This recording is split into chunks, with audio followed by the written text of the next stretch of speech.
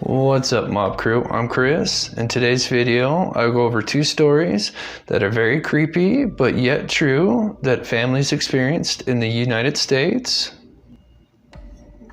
So grab a blankie and a flashlight because it's Paranormal Tuesday.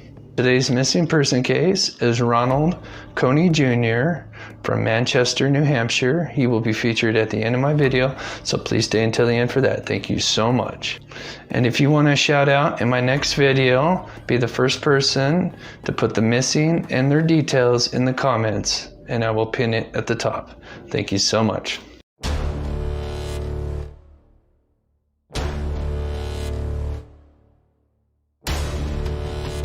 Welcome back to the channel, everybody, where we cover murder, mystery, to the paranormal. Chapter 1, The Haunted Doll. When you think of haunted dolls, it's likely the creepy old Victorian-looking porcelain kind, or the infamous Annabelle. But since no one really has those kinds of dolls laying around anymore, and if you do, well, you'll probably end up in one of my stories eventually. My email is in the description.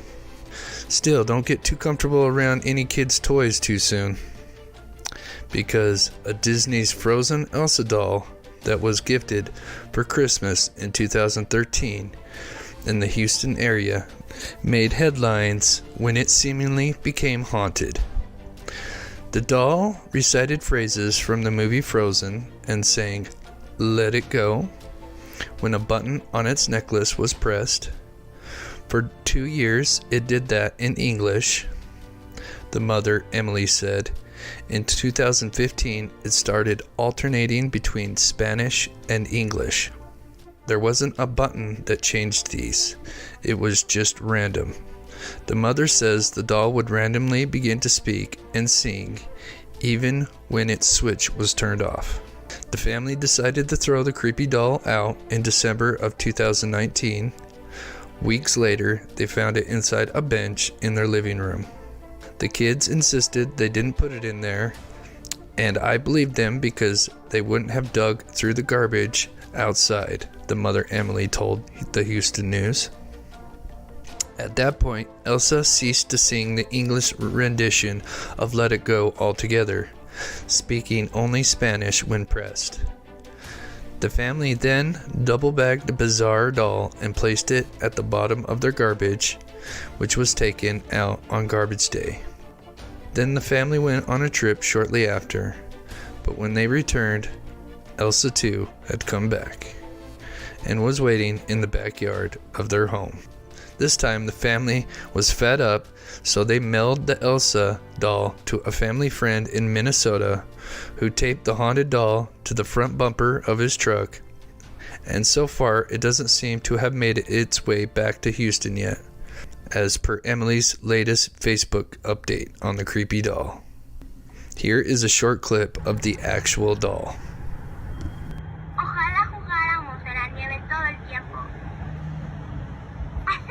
Con nieve juntas es muy divertido. A mi hermana Ana y a mí nos gusta jugar en la nieve dentro del castillo. Soy la princesa Elsa de Arendelle.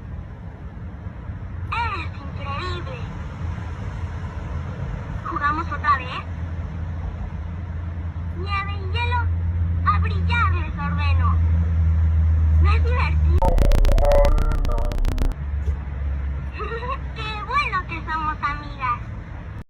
So what the doll is actually saying is, if you don't throw me away, I'm gonna haunt you for the rest of your natural-born lives. apparently the doll is saying, "Don't you want to play with me?" and other basic doll quotes, but this is not what it was supposed to say. My theory would be, I wonder if someone bought the doll and added the new quotes and songs and then put it back on the shelf in its original packaging. But it could be possible that someone might have cursed the doll and now it wants to return back to its owners in Houston.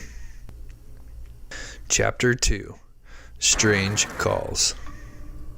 In 2007, ABC News documented a series of cell phone calls to families with terrifyingly significant threats.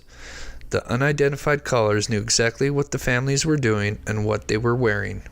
The family says that the calls would come in at all hours of the night, threatening to harm the children, the pets, and the grandparents. Voicemails arrive, playing recordings of their private conversations, including one with a local police detective. These calls were traced, and the result was that the calls were apparently coming from Courtney's phone, and after that result, Courtney was the primary suspect. Some people would call this an obvious hacking case. In other words, someone got into Courtney's phone by using vulnerabilities in the technology and made calls, presumably via Bluetooth or similar methods. Well, the creepy part here is that these phone calls continued to happen even when Courtney's phone wasn't on. All family phones were turning on all by themselves and ringtones were changing. The Kendalls got rid of their phones and got new ones as well as new accounts, but the calls just kept on coming. The Kendalls installed new security system into their house and they got a new voicemail saying, "I know the security code." The Kendalls said, If we go a day without a call, that's a good day. This whole case went on for 4 months, then it all stopped suddenly, and no one was ever caught. Police said that the Kendalls maybe made the whole story up. However, that would mean that 3 families in Washington made up the same story as well. That's right, the Kendalls weren't alone with this madness, although the 3 other families were their neighbors, which opens up whole new theories.